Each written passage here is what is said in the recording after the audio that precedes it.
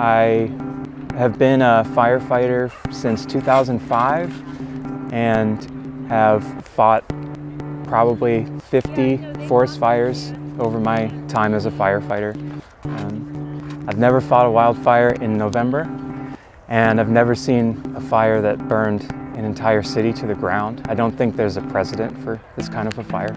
We didn't leave with stuff, we went to work in a little S10 pickup. That Ford F-350 with the full flatbed, full trailer, our camper, all the money we've been saving. It was like nighttime in the middle of the day, and it didn't get above like 40 degrees during the day because of all the smoke. There were a couple of days where it really felt like the end of the world, honestly.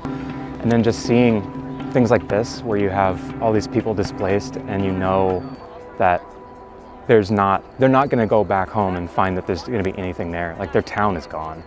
So it's been an overwhelming feeling to be in Butte County. My former employer gave me a place to sleep at night and a place to shower, but I don't have money for food, so I come here.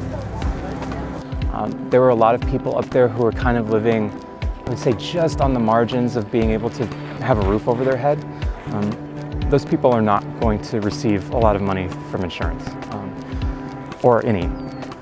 There's also been a large homeless population in Chico for years, over 1,000 at least, and those people continue to be on the streets. They're kind of being discriminated against as being the undeserving homeless when now you have all these refugees from the fire.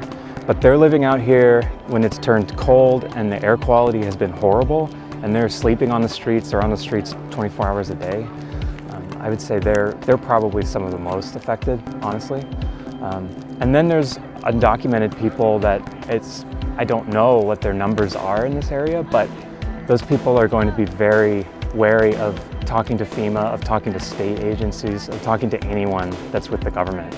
So just like in every disaster and just in everyday life, those are the people who are always get it the worst. There are all of these disasters that happen in everybody's lives all the time. Like you getting into a bad car accident, or you getting cancer, or you losing your job and then losing your home. Those are disasters in your personal life that don't make the headlines, but the kind of community that you see here, with everyone coming together, providing what they have, buying new things for people, not for themselves. I connect it to something called solidarity, not charity, which is a model where you work with people, not for people. Because when you're working for someone, it assumes that there's something wrong with them, or that they have a deficit, or that it's their fault that they're in that position. And solidarity means that you use your time, your resources, and your privilege to stand up for those people who do not have that. I was like, well, I guess I'll walk over and see if I can get a hold of a jacket, you know. And within 15 minutes, I had a tent, 2 jackets, a couple pairs of pants, shirts, sweatshirt, any kind of hygiene product I could need. Constantly people feeding each other out here, passing food around. That's what we need to, I think if we can take out of this disaster, that we can have this all the time, that it doesn't have to be the way it was before, that we can foster that community and that sharing for the common good, so that we don't continually leave people behind in our society.